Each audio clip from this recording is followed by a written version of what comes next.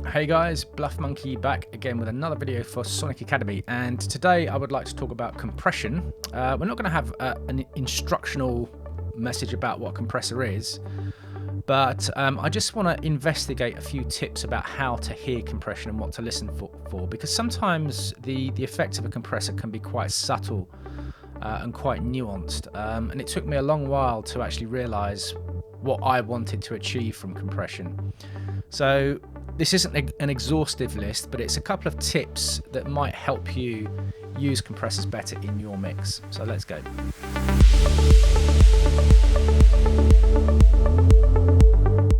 Right, so I don't want to really go into a massive instructional video about how a compressor works, but we will go over the basics. I've created a little project, 3 very simple sounds, and I've chosen them for specific reasons, and it sounds a little bit like this. So nice and simple. I've just used an instance of kick 2, and we've got one loop, and you'll see why I've chosen this loop in a second, and then this other loop as well. So I just want to go over a couple of examples of how to use a certain kind of compression and why you might choose it in this particular instance. So the compressor I'm using is FabFilter Pro C2. Now the reason I'm using this one is because it's got very good visual feedback, and I'm going to use headphones for compression. As I said, the effects of compression can be quite nuanced and quite subtle. So I will often reach for my headphones if I want to really dial in compression properly. But the other reason as well is if I don't use the headphones, I'm going to have to have the speakers quite loud, and this microphone will pick them up too much. So the 4 basic controls you need to know are threshold, ratio, attack and release. And I'm going to go over this very quickly because I'm sure a lot of you know about this already. So threshold, represented by this dotted line. This is the level at which the compressor will react. So remember what a compressor is. It's basically automated volume control. So it's a device that allows you to automate the control or the level of a signal without having to constantly turn it up and down. So threshold is the level at which the compressor will react. Ratio is how much it will react. Attack is how quickly it will react. Not technically, but that's the easiest way to think about it. How quickly the compressor will react. And release is how quickly it will recover and go back to its original level. Now, connected with the attack is this knee setting. So you can actually change the curve at which a compressor will react, but we're not going to use that today because you don't need to. The compressor can either act instantly, or the speed at which it can react can be set as a curve. So think of it as like if you've got an attack or release curve on an ADSR, sometimes you can change that from being linear to being curved. That's basically what that's doing. So if we look at the kick, let's just open kick 2 for a second. I'm just using the default preset, and what I've done is I've turned off the click. So we want to just go with the basic kick. If you set up the default preset, usually that's what you're hearing. But I've turned this click off because I want to kind of create our own attack with it. So if I set the threshold all the way back up to 0 dB, okay, and I turn the ratio all the way down, the compressor is not going to react until the kick hits 0 dB, and it's going to react by doing nothing. Okay, so the ratio is set 1 to 1, so you get 1 decibel in, 1 decibel out.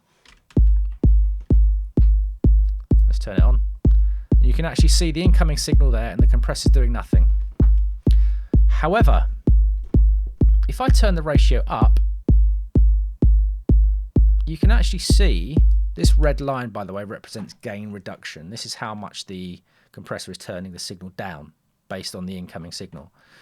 So technically at 0 dB, we shouldn't actually be seeing any gain reduction.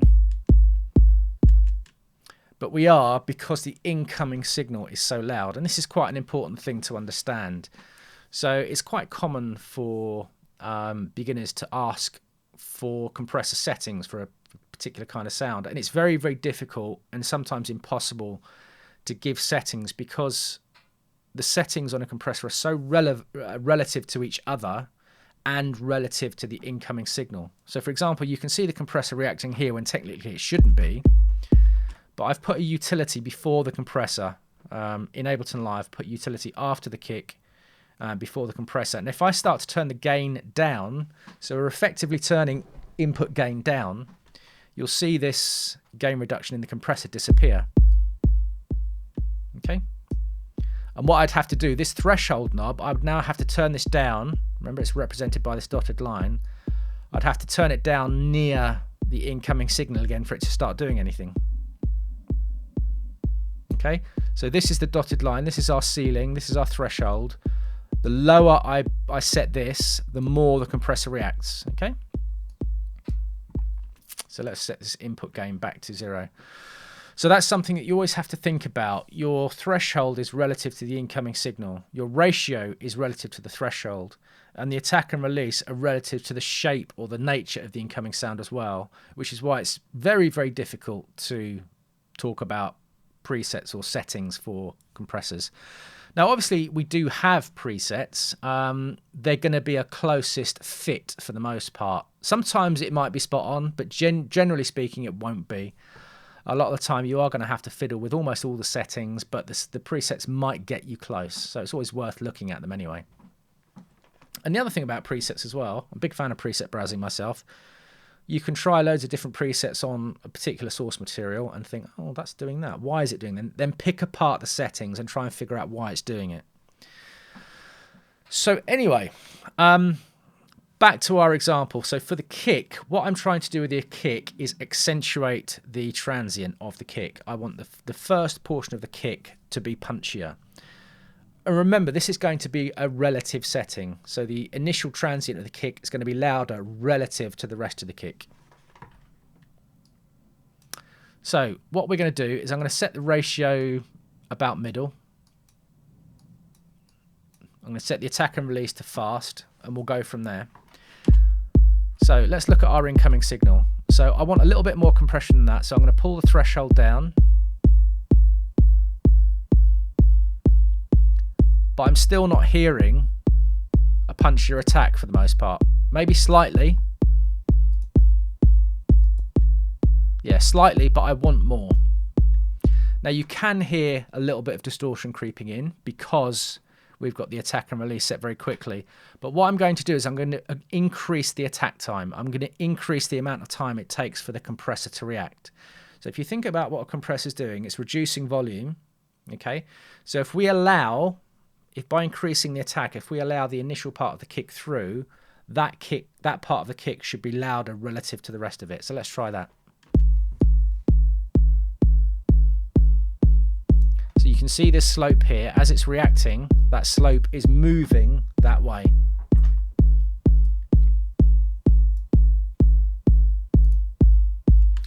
So now, by the way, we've got auto gain turned on. I'm going to leave auto gain switched on so that you can hear the effect of the compressor without a massive jump or reduction in volume, overall volume, output volume. So with the compressor off, the kick's relatively dull.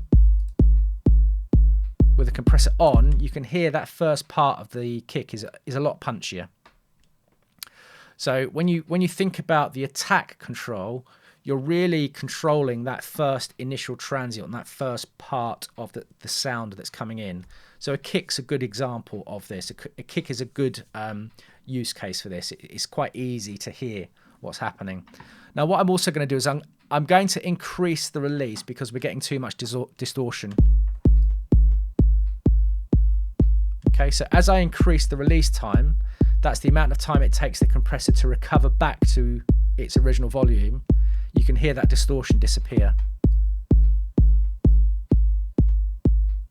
which I'm preferring. So that's our compressor set for the kick. You can add a little bit more attack if you want. And if you increase the ratio, this line here, this gain reduction is going to increase. So it's going to be even punchier relative to the tail, okay, if that makes sense. So the compressor is going to react relatively slowly at a relatively high amount. Therefore, the transient of the kick is going to push through. And this will be the same for any sound you push into the compressor. Okay. So compress it off, kind of flabby. Compress it on, much punchier. Now, I probably wouldn't do it this much. It's best to be as subtle as you can with compressors because they can be quite brutal. I'm feeling it about there.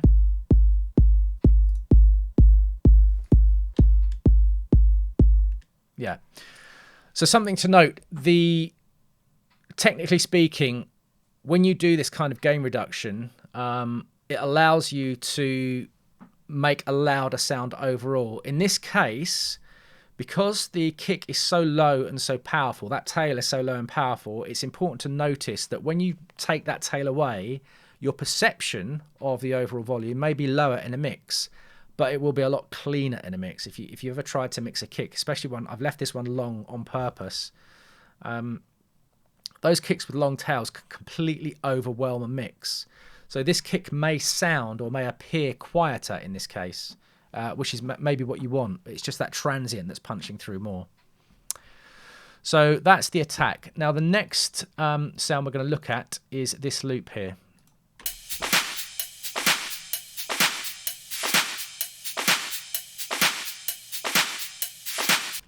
So the snare, is it snare or clap?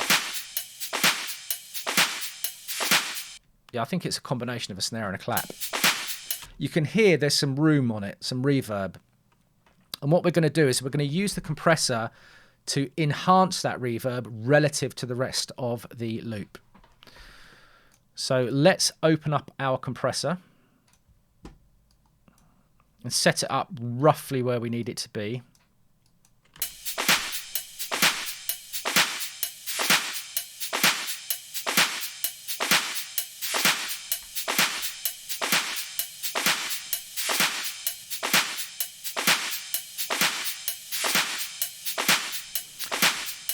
So listen to the loop as I switch it on and off, okay?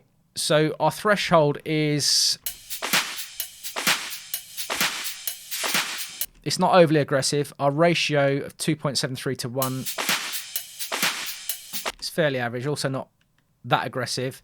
But the attack on the compressor is pretty fast, but I'm going to leave the release to medium for now.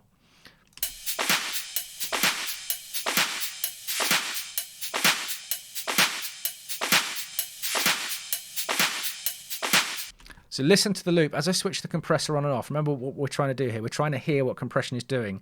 At these settings, the compressor is actually making the entire loop a little bit denser. So it's reducing the transients. So these sections of the loop here, these loudest parts, it's reducing those relative to the rest of the mix, rest of the loop rather, okay? And because we've got auto gain switched on, now I wouldn't usually have auto gain on. I'm using auto gain for this video, this example, so that I don't have to keep gain staging and matching the input and output levels. So the compressor's reacting to these sections here.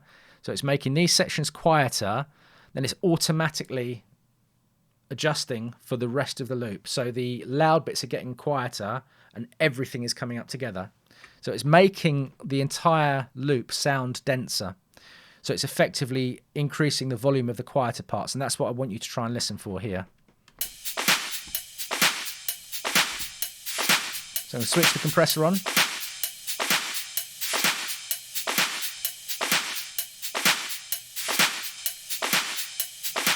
So everything's getting denser. But what I wanted to do is I wanted to bring up the level of the snare tail, the reverb, relative to everything else. And the way we do that is by reducing or making the release time faster. Okay, so if we look at this waveform here, this section here, so this is the bit that's triggering the compressor, and this section here, that's where the reverb lives. That section there is where the reverb lives. So if the compressor is reacting to this section and reducing the volume, we want the volume to come back up as fast as possible in order to hear this section. And this can be quite a tricky thing to understand. This can be quite a tricky thing to kind of realize what the compressor is doing. So we know that the compressor is making this loop denser, but as I reduce the release time, as I make this release time faster, so remember the compressor is coming down in volume here and then going back up in volume. At the moment, the release time is fairly average, so it's kind of coming up in volume here. We want to reduce this so it reduces and then comes back up as quickly as possible. So have a listen to what it does.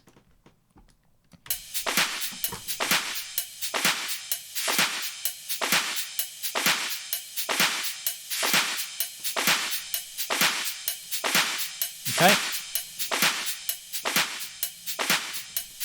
So if I set the release time very slow, that means the compressor is reacting to this peak here. It's reducing the volume and then it's coming back up very slowly. So this part here that we've highlighted stays relatively quiet. Remember, I use the word relatively a lot because everything is relative to everything else. So listen to what happens again to this tail part. Same with this part here and this part here, because the compressor reacts each time. Have a listen to that tail part as I reduce the release time, or effectively make the release time faster. Listen carefully, please, children. Nice and short.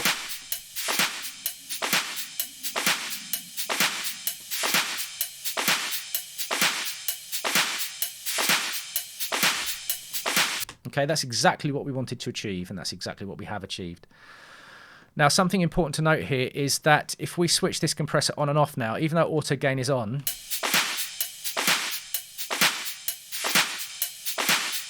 it actually seems a lot louder.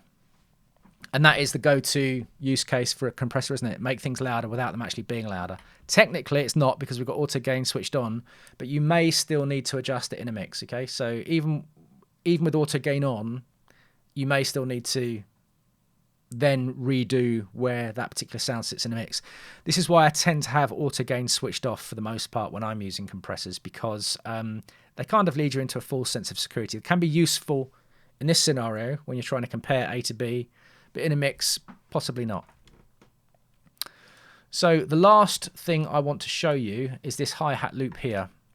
So you can see by this waveform that we've got some very loud parts and some very quiet parts.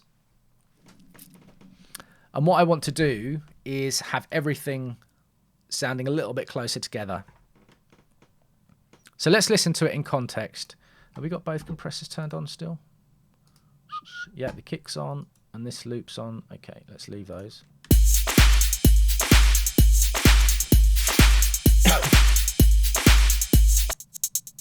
So there's a lot of dynamic range there. You've got tick, tick, tick, tick, tick, tick. And that might be what you want. That may be what you want. But let's pretend you don't. So I'm going to use the compressor fairly aggressively. Wrong one.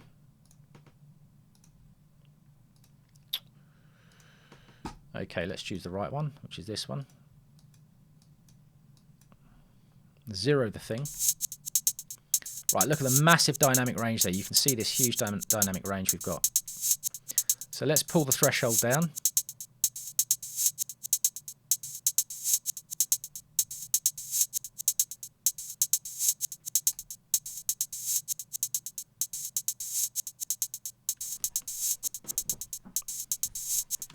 You can hear that immediately. So listen to what it's doing as I pull the threshold down. And again, we're trying to hear what compression is doing. So listen to the entire loop. Try and listen to that kind of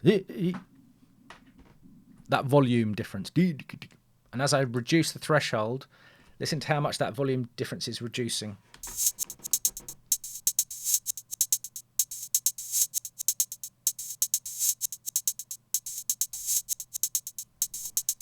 So the entire loop now sounds a lot flatter.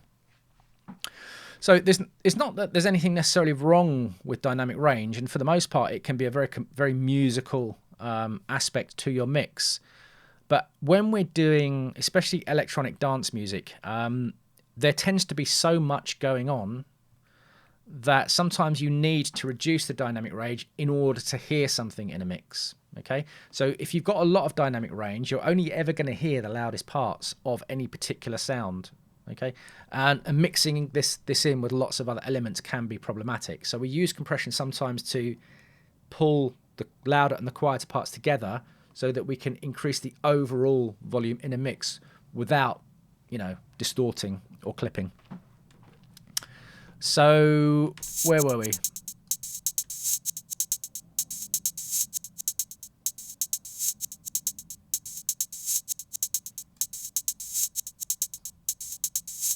And here I'm just messing around with the attack and release to the point where I think it sounds best.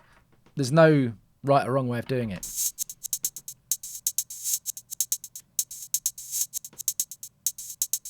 Now we don't want to leave the attack too slow, because think about what we're doing. If we leave the attack too slow, those initial transients are going to come through more, and they're going to then increase the dynamic range again.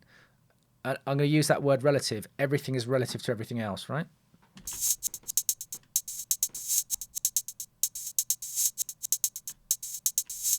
Right, so where we were with this loop was here. Huge dynamic range, very loud parts, very quiet parts.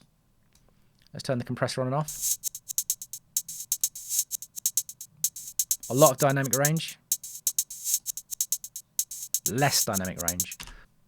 In fact, what we can do is let's just open up another audio track and set the input to resampling. Solo our original loop. And we're just going to re-record it.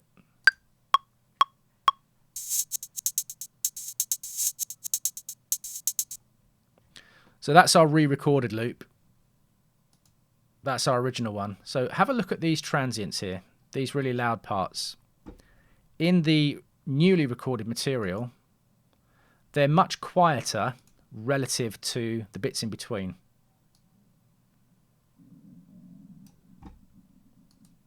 So that's our original. That's our newly recorded one, okay? Probably need to adjust that a little bit more. Yeah.